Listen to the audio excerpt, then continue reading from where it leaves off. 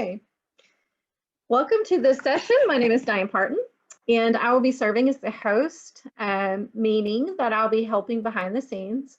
Becca Ortiz is assisting me as co-host, and as moderator, she'll be monitoring the chat in case there are any questions that you may have for our presenter, Jordan Smelley. This session is being recorded.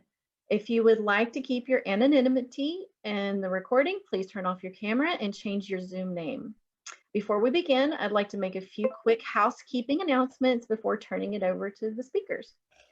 Please keep your microphone on mute unless you are directed to unmute it. It is very important that attendees stay muted to minimize background noise. Please feel free to keep your camera on or turn it off. Having your camera on will help us feel like we're in the room together.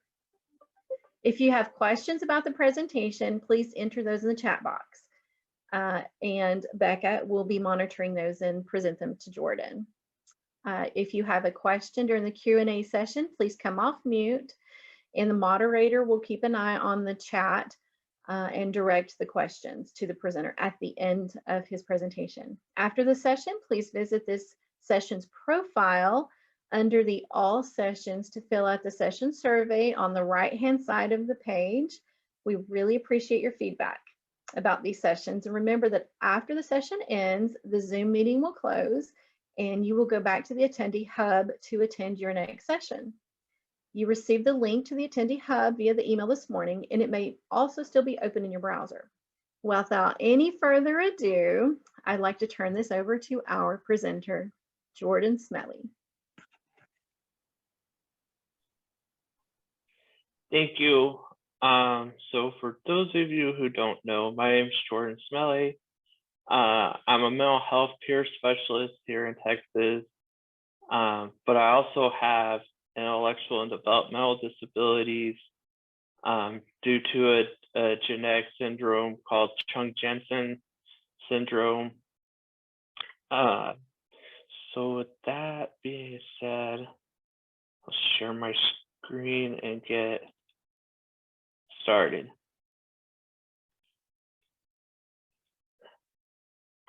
All right, so overview of potential support needs for individuals with intellectual and developmental disabilities. So the key purpose of the presentation.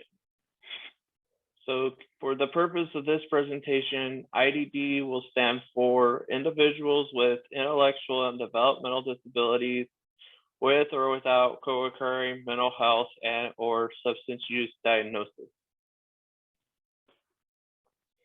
Key objectives. The first objective is to define intellectual and developmental disabilities. Understanding of the prevalence of IDD in Texas alone, and understanding the importance of keeping potential support needs in mind for individuals with IDD. So what is intellectual and developmental disabilities? According to the Eunice Kennedy Shriver National Institute of Child Health and Human Development, intellectual and developmental disabilities is defined as differences that are usually present at birth and that uniquely affect the trajectory of the individual's physical, intellectual, and or emotional development. Many of these conditions affect multiple body parts or systems. And that would be the link that takes you directly to the page with that definition on the Eunice Kennedy Shriver National Institute of Child Health and Human Development website. Now, I will say that I am appreciative of their staff. I've been collaborating with them on updating this definition to be more person-centered, as well as what had used the word disorders But I know for myself, and I know other members of the intellectual and developmental disabilities community, don't see ourselves as having a disorder. We see ourselves as having unique differences.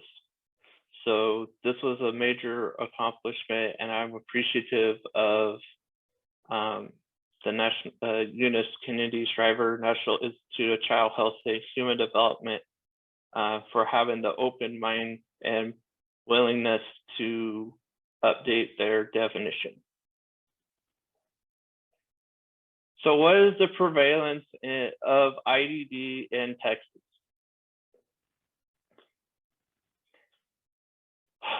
According to the Texas Workforce Commission, the number of Texans with intellectual and developmental disabilities is 485,000. And that would be the link to their Twitter page to the post with this information. So there's 485, and that's just here in Texas. That does not include within the US or worldwide. So what are some examples of intellectual and developmental disabilities? ADHD, which is attention deficit hyperactivity disorder. Asperger's, which is included in autism spectrum disorders in the DSM.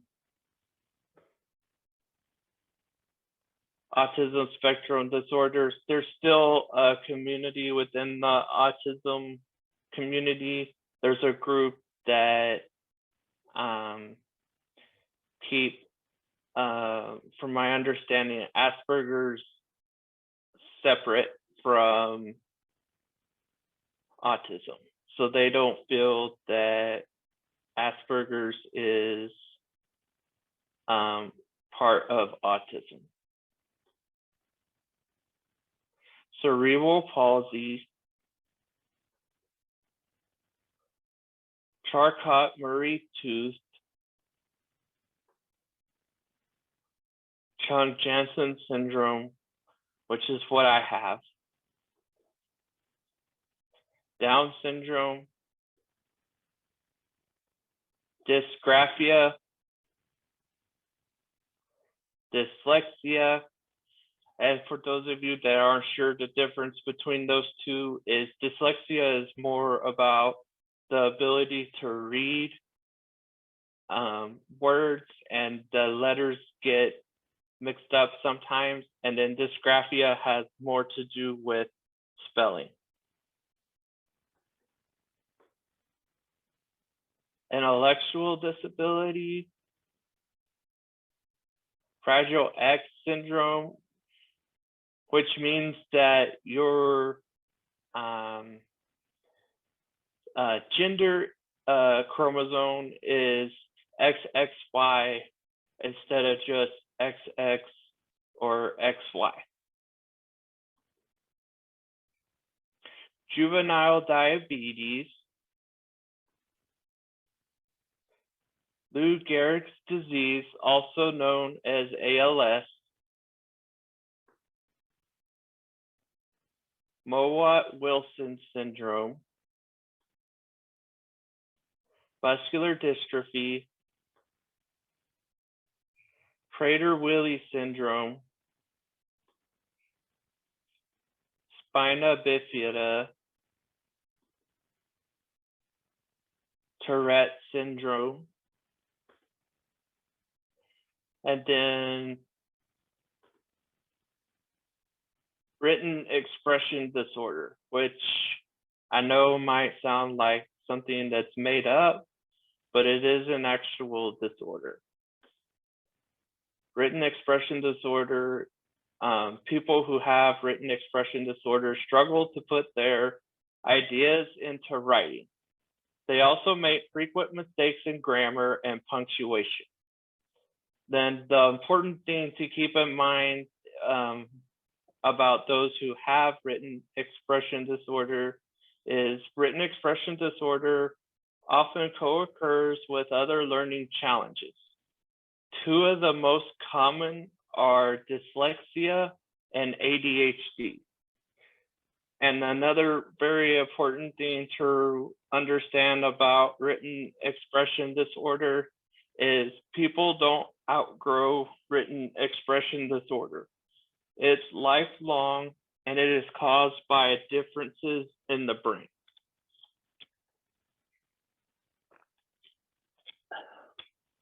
So those that have written expression disorder, they could go to all of the schooling in the world, they could have the greatest tutor in the world, but they're still going to have some struggles around using proper grammar and punctuation. And this is the link that I pulled that definition from. So what are some examples of possible support needs? So for some people with IDD, having multiple people talk at the same time, it can be very overwhelming.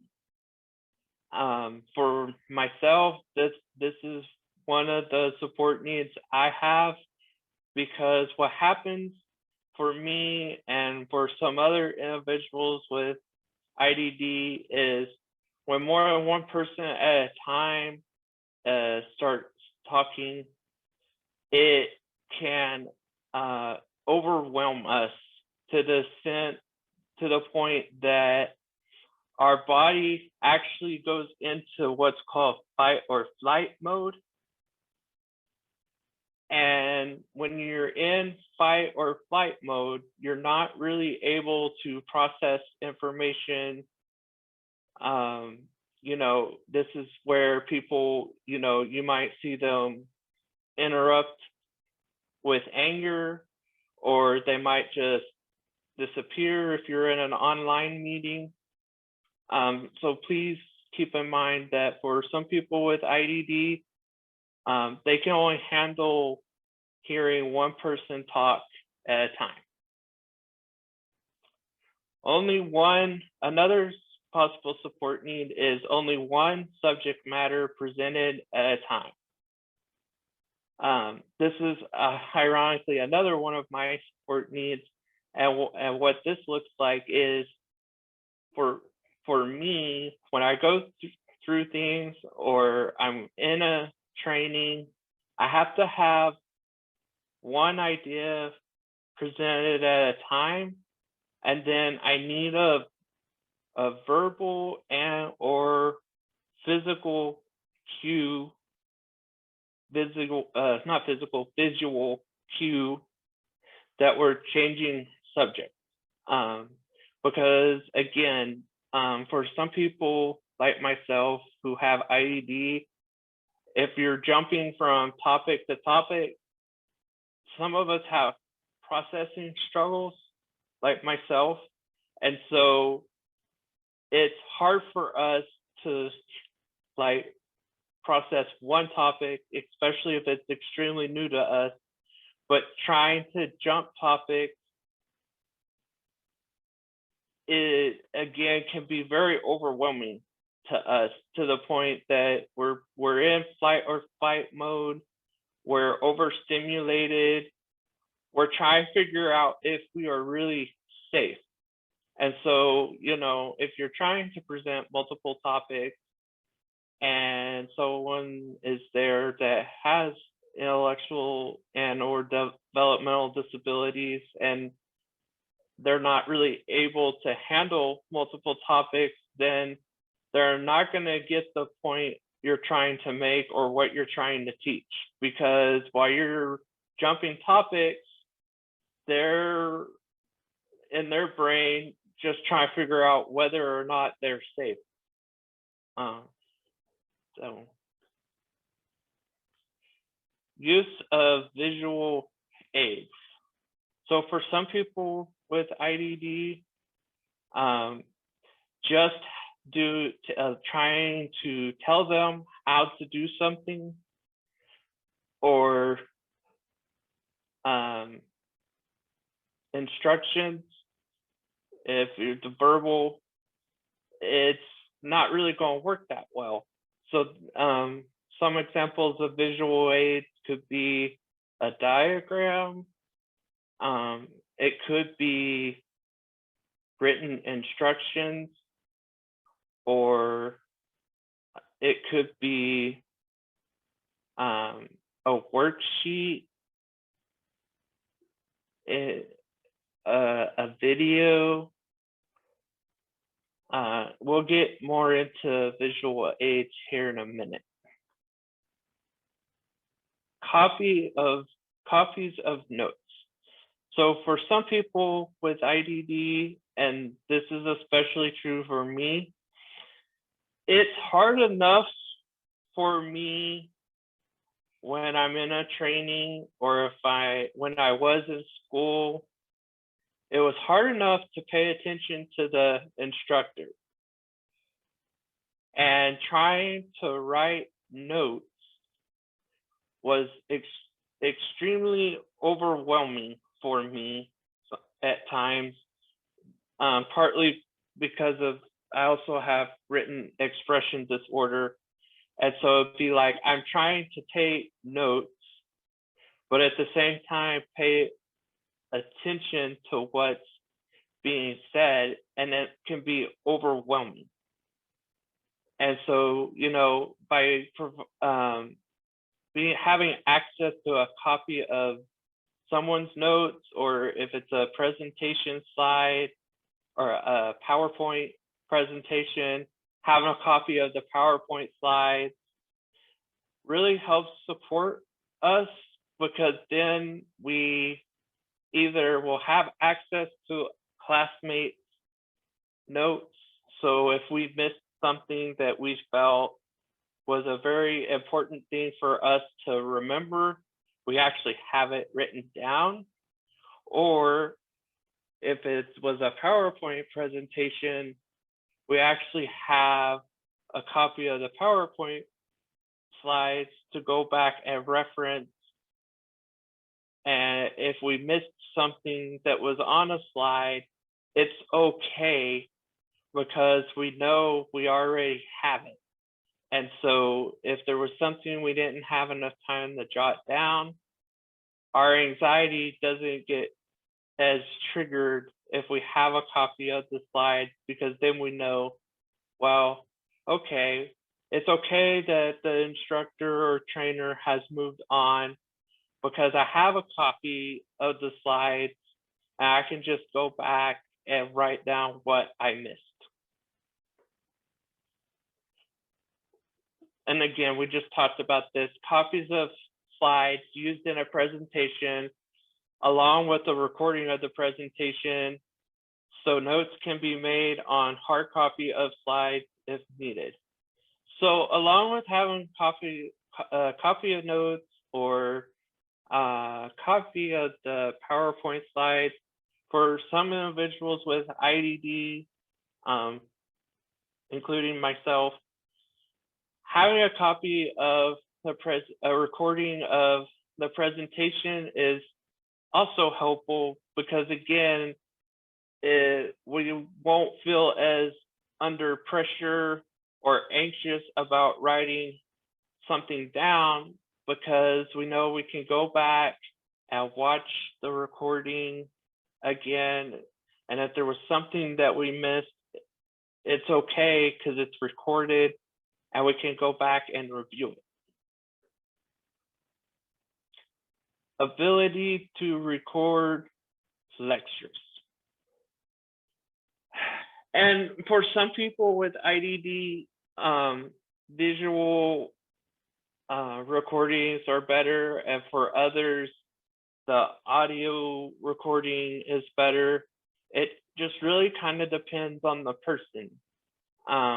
I know when I was in college, having the ability to voice record lectures while I was in class was very helpful, because then I had everything, and I could just go back and listen to the recording, which helped me with making notes or making index cards of key terms, or just being able to just listen to it over and over, which helped me understand the material.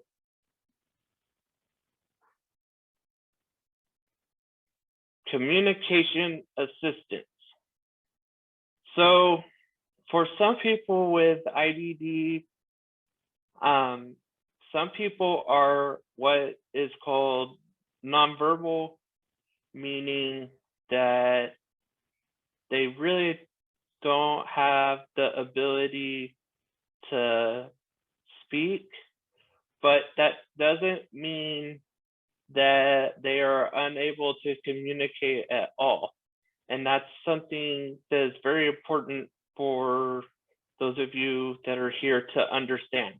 For some people with IDD, their communication style may not be verbal. It might be action-based. For example, a few summers ago, I interned at a summer camp for children with special needs. And we had a camper who was autistic and nonverbal. And the group had gone bowling, and some stuff had gone down at the bowling alley. And when they came back to the location we were having camp at, the autistic camper that's nonverbal actually went into the room we had the TV in that had the DVD player, and they actually started pushing the buttons, which of course triggered some of the other campers because they were wanting to watch the movie. And we tried to get the camper to sit down and watch the movie, but they would keep messing with the buttons.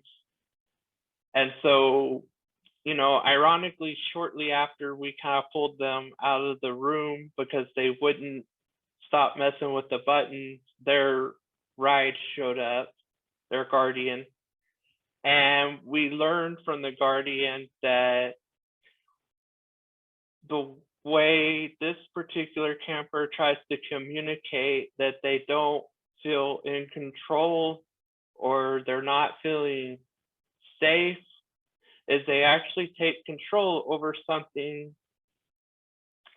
that they can have control over. So in this instance, taking control over the DVD player and like making the movie go forward or backwards or pause or stop or play, that was that camper's way of trying to communicate that they were not okay. And so, another example is I have a best friend who has Down syndrome, and he would be considered mostly nonverbal. And the way I kind of understand what he needs is through his actions. For example, he enjoys playing Wii football with me. And so when he wants to play on the Wii, he actually brings me one of the Wii remotes.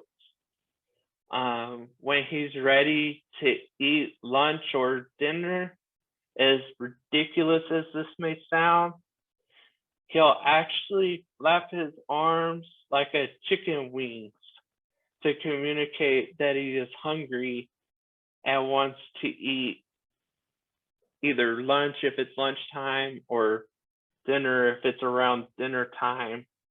And so it's not everyone communicates verbally. Some people communicate through action. I've also seen some people that for whatever reason, they're nonverbal, and they also use what's called a SGD, speech generating device. So it's that kind of looks like a tablet, and when they punch it, they can actually spell out words together, and then they hit what's the equivalent of an enter on a keyboard, and then the device reads the whole sentence, and that's how they communicate. So just remember, not all communication is verbal. Short list of verbal directions or tasks. So for some people with intellectual and developmental disabilities, if you try and give them a long list of verbal directions or tasks, it can either be they just feel overwhelmed because of the vast amount of information, and that's just very overwhelming to them, or they'll try and do their best, but because you gave so many instructions, they'll probably leave one or two out. And if that happens, then, they feel kind of frustrated when you point it out.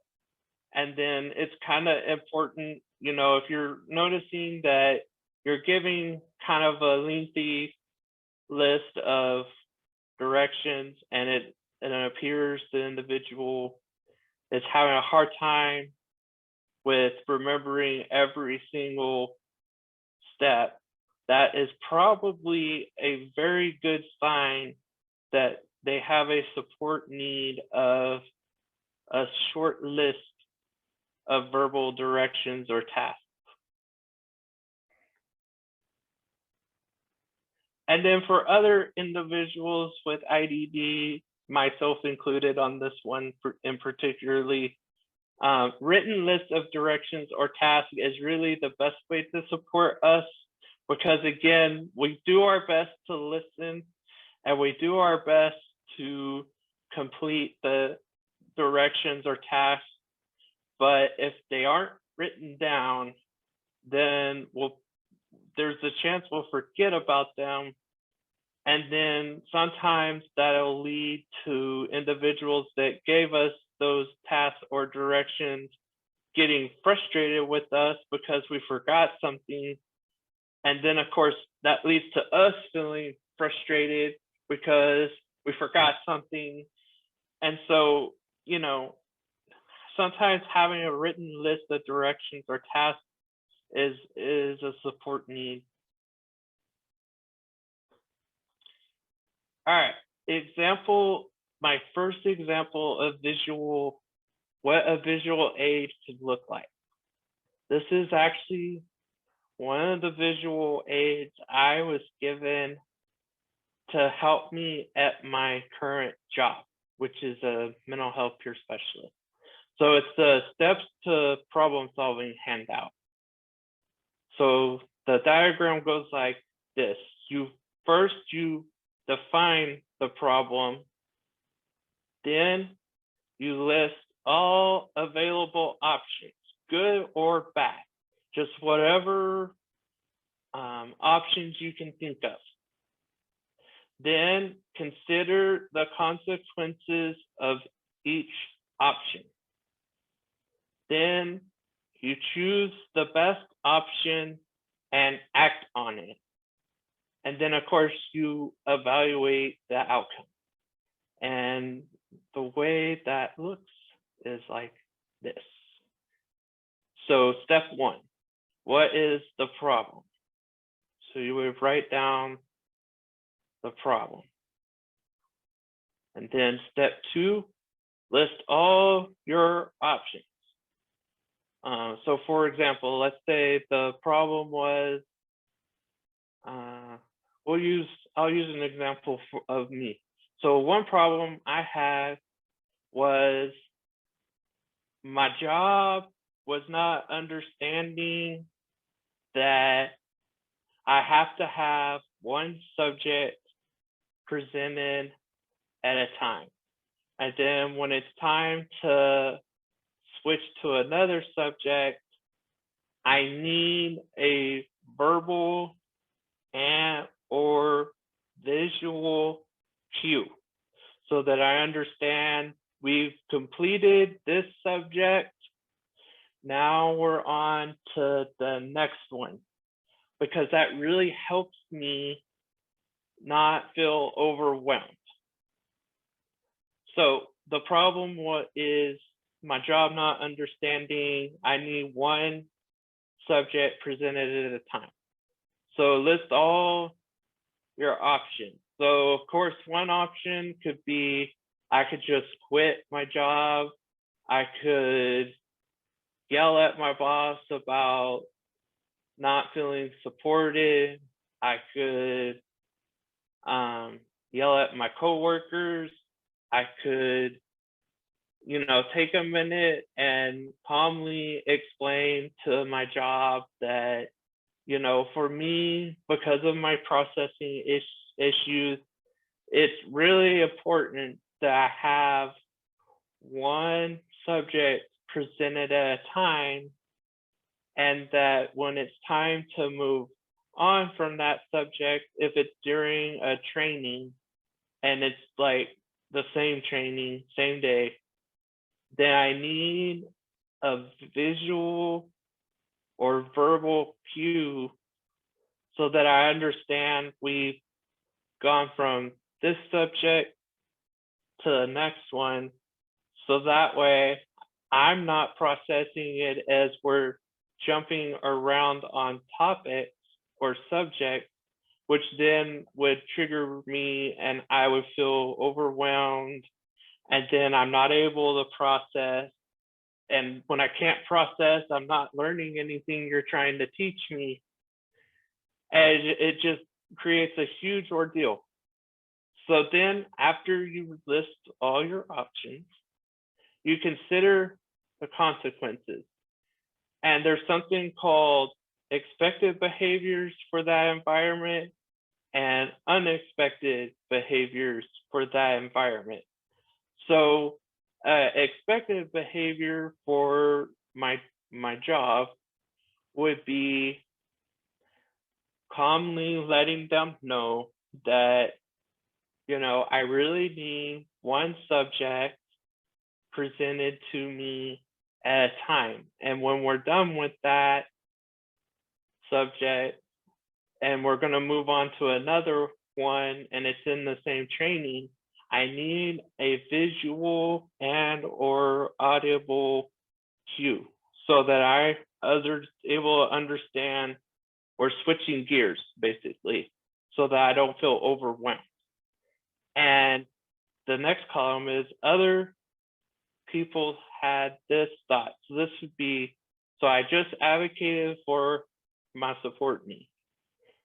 So the other people would probably think, wow, Jordan really understands his support need.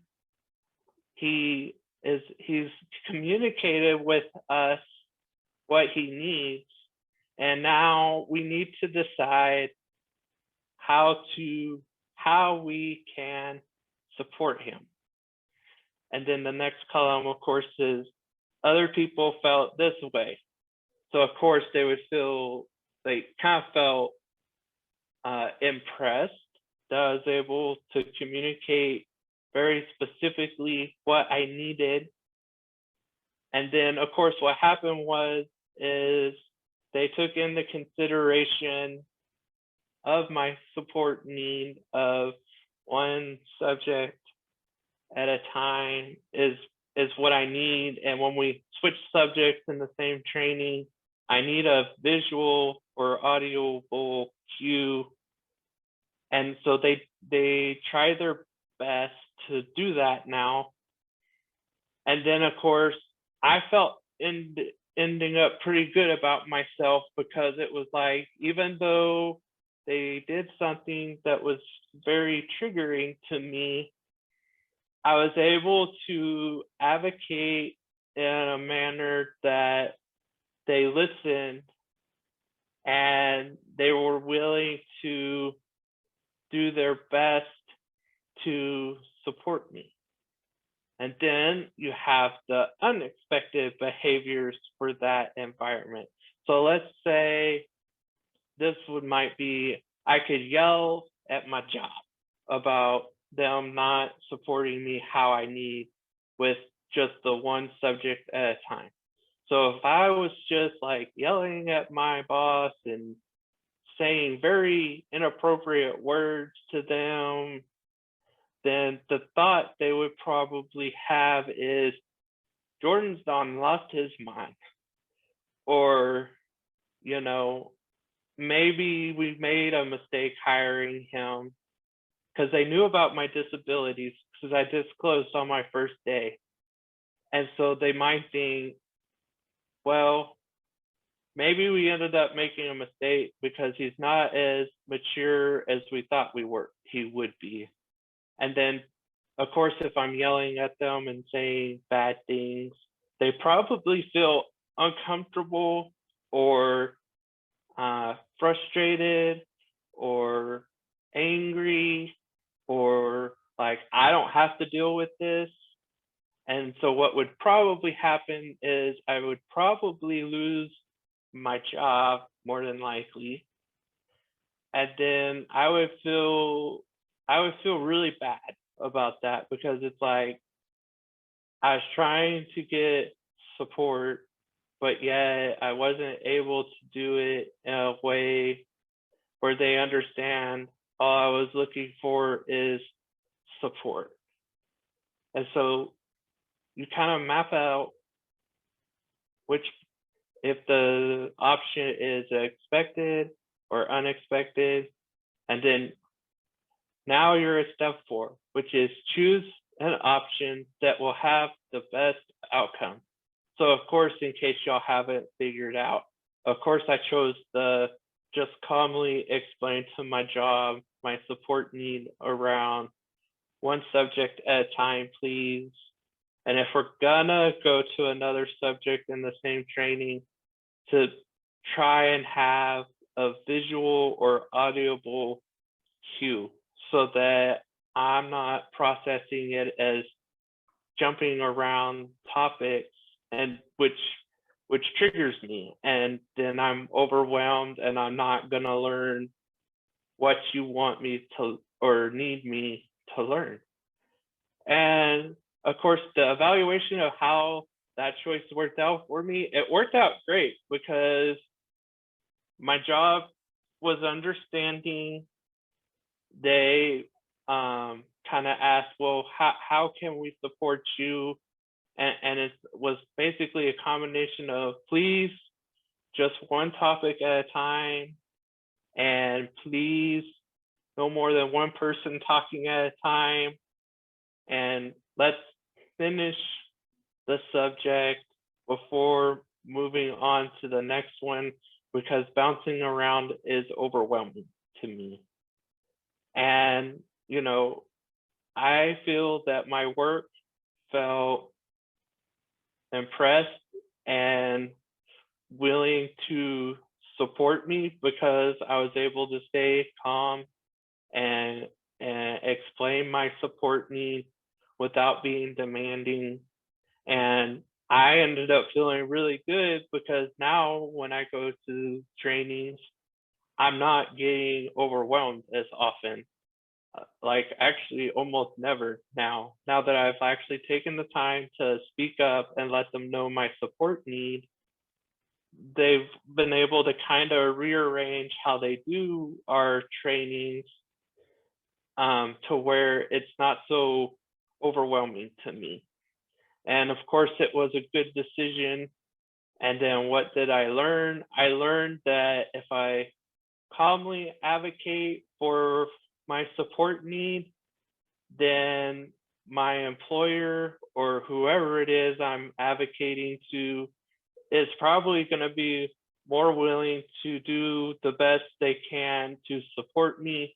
But I also have to understand that we're all human, and sometimes mistakes will happen, but that doesn't mean that they've stopped. That doesn't necessarily mean that they've stopped being willing to support me, so long as I was able to do it calmly and professionally. And then another tool I have been given, and this is a visual aid that could work, it's called the 5-point scale. This was developed by two ladies. The first one's named Carrie Dunn Burrun, MS, Autism Education Specialist, and Mitzi Curtis, MS, ED, Autism Resource Specialist. And then the www.5pointscale.com is Carrie Burrun's website. And I was actually able to speak with Carrie via email this week. And I told her I would like to use the 5-point scale you developed in my presentation this Friday. And I explained to her, that I have IDD and that my presentation is on an overview of potential support needs for individuals with IDD. And she was very supportive of me using her scale. And this was actually the information she provided me and asked me to use in my presentation to give her and her co-creator credit. So let me click on this. So this is my anxiety level while at work scale. So this is a scale of 1 to 5. So 1's being green, so meaning everything's good, and 5 typically means explosion. So for me, for my anxiety when I'm at work, if I'm at a 1, and so you have a rating and then look and sound like, so I go in and I kind of briefly describe what each number looks like for me, the feeling that I have, and then of course the last column is I can try to, and I list some tools that I can try to help me remember, because sometimes, especially when I get up in this area, it's really hard for me to remember some of my coping mechanisms I have. So for a 1, so like, in the green, when I'm in the green level, like 1, I'm smiling and I'm chilled. I am able to focus and process information easily. So of course I'm feeling calm, and I don't really need to use any of my coping skills because I'm doing as good as possible. So then when I get to a 2, so I still typically have a smile on my face, but I'm a little less chill, and I'm still able to focus and process information fairly easy. Not as easily when I'm at a 1, but still pretty easily. But this is where I start to feel a little fidgety. And of course, some of my coping mechanisms are, I can get up and walk around the office. I could take a 5 to 10 minute break, or I could listen to music, but that doesn't mean for the rest of my shift. That means like maybe one or 2 songs. Then when I get up to a 3, this is where I typically start showing visual signs of frustration. This is where I start having trouble with focusing and processing information. This would be about when I start stumbling for words to express myself, and I may raise my voice level. And this is when I start feeling slightly overwhelmed. And some of my coping mechanisms are I can obtain assistance from coworker or supervisor. I could try taking a break, listening to music, do deep breathing, or again, I could get up and walk around the office, just kind of have a break from whatever has kind of triggered me. Then when I get to a 4, what this could look like is going from having my camera on to turning it off if in a virtual meeting at a random time for more than 30 seconds. So for some individuals with IDD, and this includes me, when I'm in a virtual meeting and I start to really feel overwhelmed, it's not uncommon for, again, because when I get overwhelmed, I kick in the fight or flight, and typically I choose flight. And so just turning my camera off is typically a sign that I am feeling overwhelmed.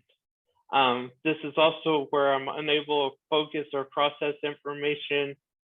And I struggle with verbal communication at all, and I might raise my voice level. And of course, I feel overwhelmed, and I can do deep breathing or get help from my coworkers or supervisor. And then 5 is, if I ever get to a 5, that is not good, because I'm either like crying really bad or I am yelling, and that I feel extremely overwhelmed.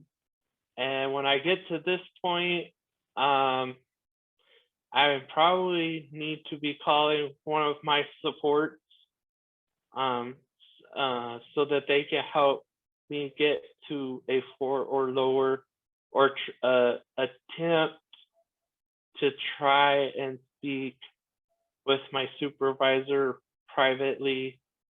But that's kind of how I use the 5-point scale. But you can use it for pretty much whatever it is the person is like needing to communicate. Okay, when I'm good, this is what it looks like, versus when I've had too much. So it's kind of a way for those of us that might struggle with verbal communication when overwhelmed or triggered. It's a way for us to communicate to others where we are at, so they can understand what support we may need. All right, let me exit out of the hat. All right, so again, this was created by Carrie Dunn, Buren, and Mitzi Curtis. And there's the website where you can get more information on the 5-point scale. So finally, now we're going to talk about why is it important to keep individuals with IDD potential support needs in mind. First, it helps establish and maintain an environment where the individual or individuals feel included and supported. So, you know, those of us with IDD, we're just like everyone else. We want to feel supported and included in things. And so, you know, by keeping some of these potential support needs in mind, it can help ensure that the environment we are in with you feels safe, and like we're included and supported. Because I can't tell you how many times I've been in environments where, you know, others know about my disabilities, and I don't feel supported because they either don't want to support me or they're just not doing it at all.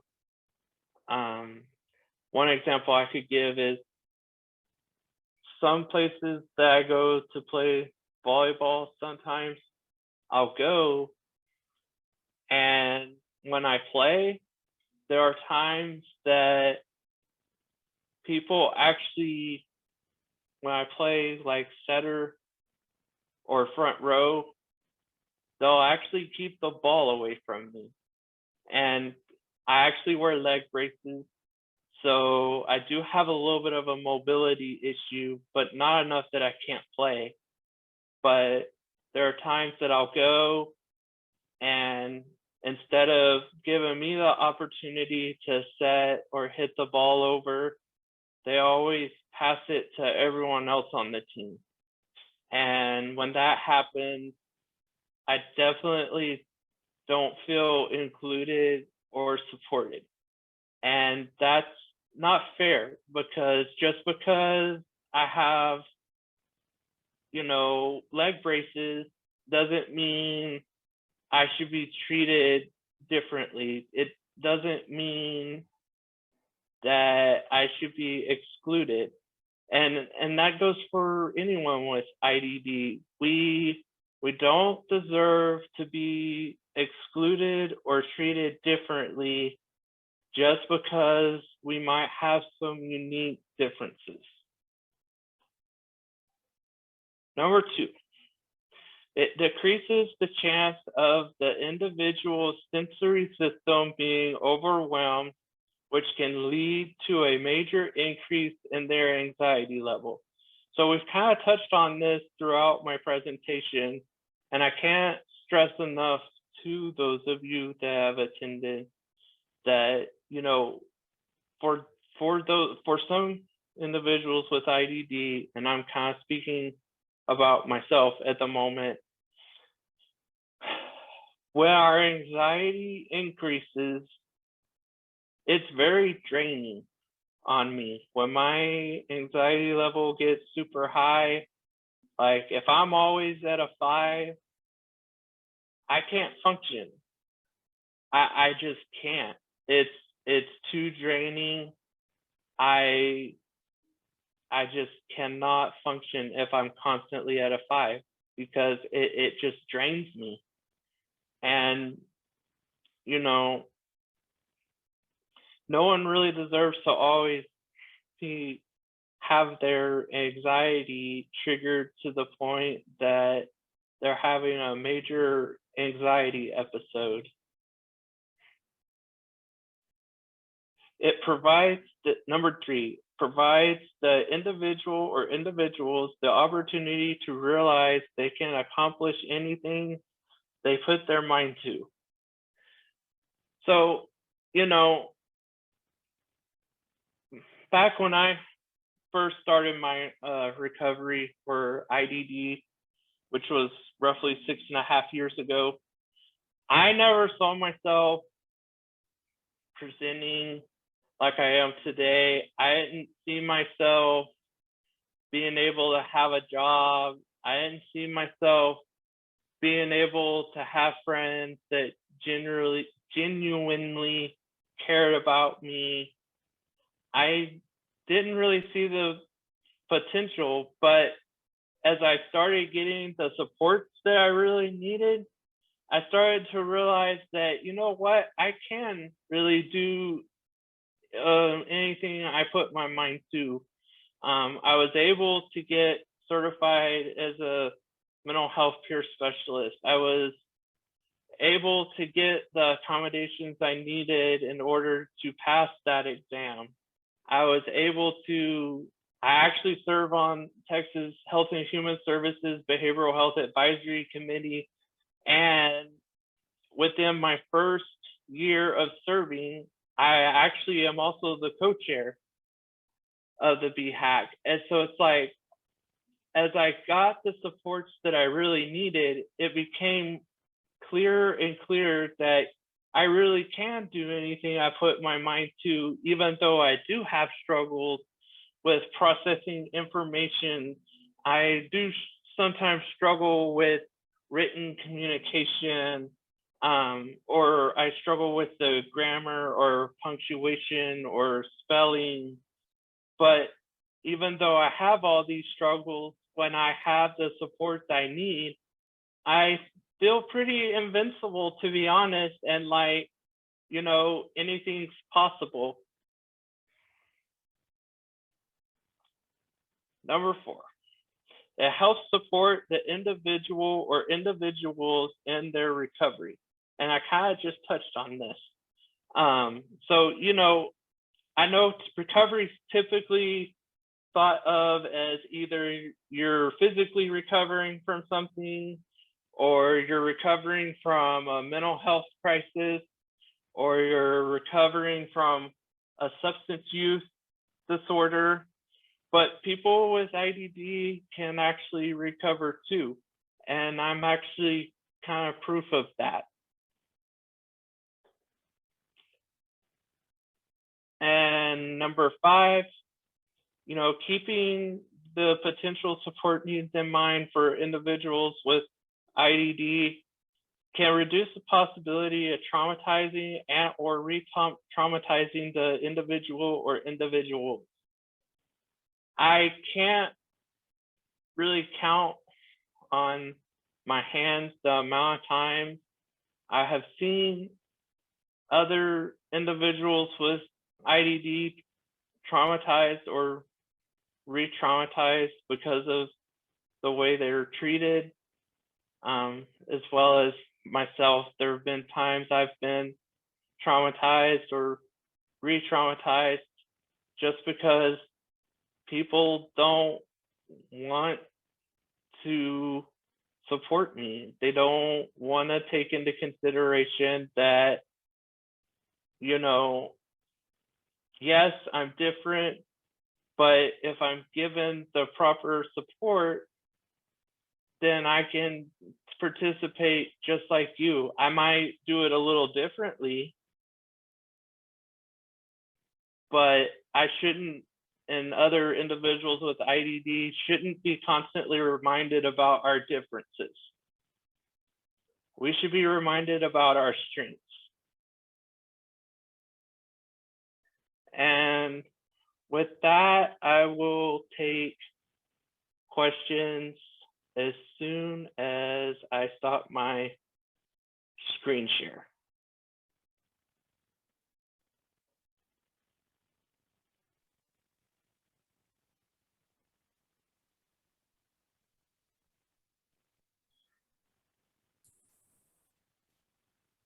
Thank you, Jordan.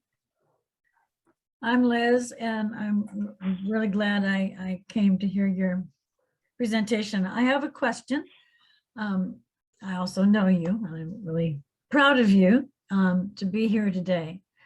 When you said that you'd only been in recovery for IDD for 6 years, I was really shocked because you're so high functioning. I also happen to work with him, for those of you who don't know that, and most of you don't know that. So 6 years. Why was just 6? Yeah, sorry, that was me that did that with the recording. I didn't mean to. I saw the chat box. I saw someone post something in the chat box, so I was trying to click on chat to see what was posted, but apparently my mouse slipped over as I was trying to click. And so I accidentally clicked on the recording thing. But to answer Liz's question, 6.5 years, because most of my life I knew I had the mental health struggles, because that's something that I've had since growing up, but I actually didn't know about my genetic syndrome until 2017. So I wasn't officially diagnosed with IDD until 2019, about 4 years ago. So What was it that you knew you had? So I have ADHD, depression, anxiety, but I didn't know about my genetic syndrome until 2017, when I was diagnosed through very special genetic testing known as exome testing, which looks at the whole DNA sequence. And so my mental health recovery started in 2015, which is when the last time I was hospitalized for my mental health. And then when I got diagnosed with the Chang-Jansen syndrome, it kind of fit everything. So. Thank you for explaining that. Just one other quick thing. Would you say that your service work and getting involved and being active like you are, has that made a difference? And I know you hinted on that during the presentation, but would you say it's really directly affected your wellness? I mean, in a big way? Yeah, being involved in things, it's been pretty amazing what all I've gotten to participate in and what others have allowed me to participate in. And it really has helped my recovery because I'm staying busy, which for me is important for my stability. I know for other individuals, being as busy or involved as I am might be overwhelming, so it would have the opposite effect. But for me, it's actually really helped with my recovery. Great, thank you. And Jordan, we have a comment and question in the chat, some praise on your very thorough presentation, and wondering if ASL, American Sign Language, is a form of nonverbal communication that can be used to communicate with the Adhd community. Yes, I've actually seen that in, ironically, the project I'm involved with Liz. We have some people that are, they're either nonverbal, and so they use the chat box, or they're hard of hearing. And so we've had a few participants that actually use sign language. So it can be, but if you're gonna use that, you need to make sure whoever it is you're wanting to communicate with understands the American Sign Language. Because if not, they're probably just gonna be staring blankly at you and not understanding you're trying to communicate.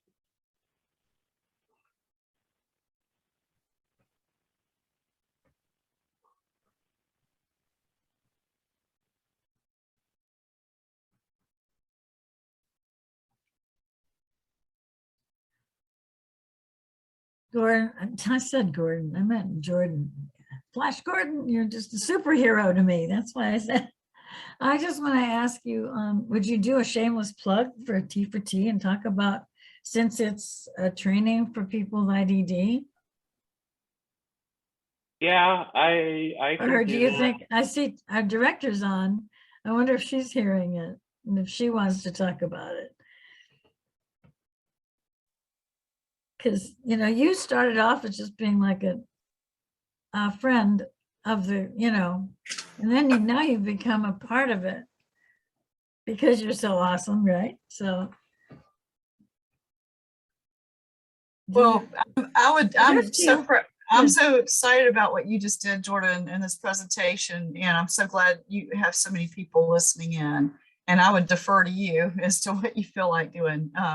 But thank y'all. Thank you, Jordan. Thanks, Jill. Yeah, I can touch on that in a minute, but I wanted to make sure there weren't any other questions first, because I'd hate to talk about that and run out of time and someone had a question.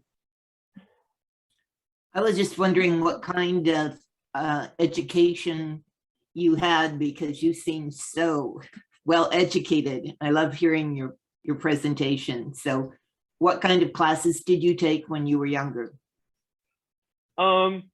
So I was in general ed, but I had a inclusion teacher, and then college just was not for me at the time I went through college, because back when I went through college, there was still a stigma around mental health. And so it wasn't really as acceptable to ask for help as it is now.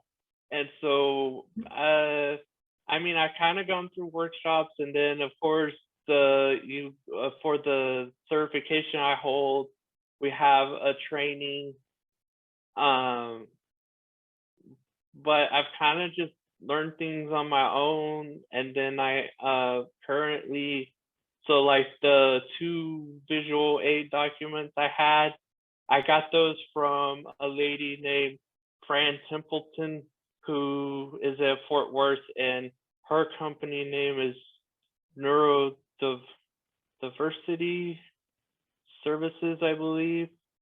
But she works with individuals that have autism. I haven't officially been diagnosed with autism, but the interesting thing about my genetic syndrome is it's not uncommon to have autistic-like characteristics or to have been diagnosed with autism before being diagnosed with Chung-Jensen syndrome.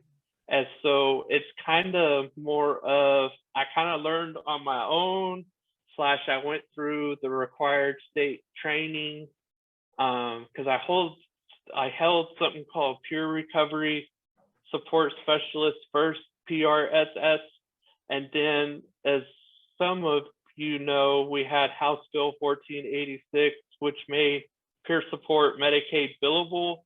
And from that, they created the Mental Health Peer Specialist certification and the Recovery Support Peer Specialist certification. And the difference between those two is the mental health peer specialist is, of course, those that have lived experience with mental health. And then the recovery support peer specialists are those that have the lived experience with addiction. And so it was kind of just going through required classes / finding trainings that were interesting to me / meeting and getting services from Fran Templeton. Wow. How old are you, may I ask? 32. Wow, what a life, and what achievements you made. I'm really happy to have listened to you. Keep up the good work. Thank you. Okay, are there any more questions before I kind of talk a little bit about T for T? So I know we got a couple of minutes left. Nope, no questions in the chat. Just praise. All right, so T for T stands for Training for Transformation, and it's a project funded by TCDD, and I think it's Texas Council for Developmental Disabilities, I think. But it's a project funded by them through a nonprofit in Austin called Imagine Art. And what we're working on doing is creating a peer support pathway for individuals with IDD.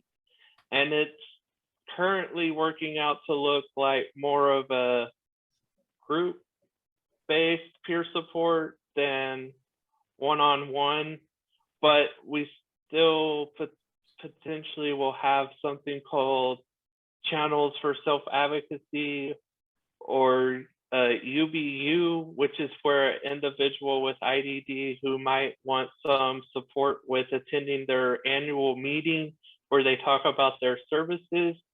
They can go to channels for self-advocacy or UBU and get support planning for their meeting. whether that's like trying to talk about what they're wanting and just kind of getting maybe some ideas, or maybe they want to role play certain situations, or maybe they just want someone to attend their meeting with them and just kind of be there for them. Like, not necessarily speak for them, not necessarily say anything, just kind of be there more or less physically for them. But that's kind of a brief look of the T for T project. If Teal wanted to add anything, she's more than welcome to. I think that was great. So it's a level-based program where it's accessible and equitable, and individuals can join and practice giving and receiving peer support in a group that has like a comfort agreement and soft skills, basically, of connecting with one another that people are practicing. And then if they want to go on to what we call the level 3, they are joining the Channels for Self-Advocacy group, which will connect them with information and support that they need to troubleshoot and work through different challenges and advocate for themselves. And then the UBU is like a role play, like Jordan said. And then the idea is that individual could select a peer that they feel comfortable with to bring into any meeting that they would like to have that presence of another individual supporting them, possibly to help remind them they could work together to prepare. They can create a visual aid or whatever will help them to remember who they are and what they want to say when they're in their meeting about what's important to them. So just like Jordan was saying, instead of having that fight, flight, or freeze, having someone who you're comfortable with, who will help remind you who you are, what you wanted to say, and to self-advocate in that environment. So that's the project we're working on. It's been a great honor to work on it. It's been a great honor to work with Jordan, and Lizzie is here, and Juan is here, and I think that the members of the team. So we're really glad, and we get to meet Jordan for real in person on Sunday, and I'm really excited. We've gotten to know him virtually. Yeah. Right. Thanks, Jordan, for offering me a moment. I appreciate it. Yeah, no problem. Are there any other questions? That wanted to make sure if you have one, you had the opportunity to ask it, because I know we have like 2 minutes. 2 minutes. And don't forget to go back to the attendee hub and do the survey on Jordan's presentation, because it was amazing. Thank you. You're welcome. Thank you. I learned some stuff, and I've been in the field for 20-something years. Oh, if y'all are interested in the forms, I think y'all can maybe get a hold of NAMI, or if you go back and watch the recording, on the last slide, I have my email address, and I can email them to y'all if anyone was interested in them. One quickie, Jordan. I'd never heard of the syndrome you have until you told it to T for T. It's a man's name, right? No, so ironically, it's actually named after 2 female geneticists, Dr. Wendy Chung, who's at New York, Columbia University in New York, and Dr. Jansen, who is overseas in Netherlands. And it was called PHIP related disorder for the longest time.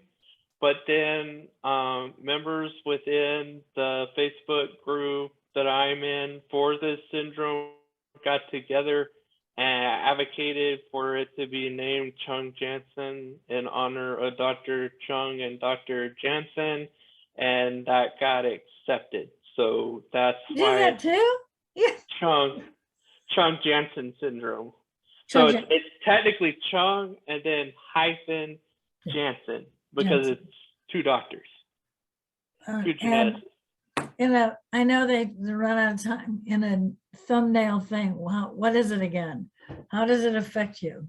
I know you explained us all this, but I was listening. But So Chung Jansen, it's not really that understood still because it's pretty rare. I'm like one of 4 cases in Texas, and there's like now 215 people in the group I'm in. But it's kind of the way they understand, and Dr. Chung thinks it works, is it affects the brain, and so it affects the signals to the nerves and muscles, which is how come the fatigue is really common, because you're not getting the full signal from the brain. And then the ADHD is common, like I said, autistic characteristics. And then of course, because we can fatigue easier than most people, obesity is kind of very common characteristic. So it kind of, they don't fully understand it yet, except for it's common to have mental health stuff. It's common to show autistic characteristics, obesity, and all kinds of things. So it's just not that well understood yet. So I can't really definitively explain it any better than I just did, because the other thing I know is so far within the study Dr. Chung's doing, no one has the exact same mutation. So therefore, until they kind of can get to where you have more than one person with a particular mutation, it's going to be kind of difficult to understand how it affects someone. But that's what Dr. Chung's working on right now, is trying to create guidelines of care for people with Chung Jansen. It's just going to take time. right, well, you're one of the case studies. You're actively helping them do that, right? Yeah. That's awesome. Thank you for doing that. Thank you so much, Jordan. Your next session for everyone starts at 4:30. So be sure to go back to the attendee hub, take the survey for Jordan's amazing presentation, and thank you for participating in our NAMI Forward to Wellness conference. I'm going to go ahead and close this session. And Jordan, thank you so much. Bye, everyone. Bye.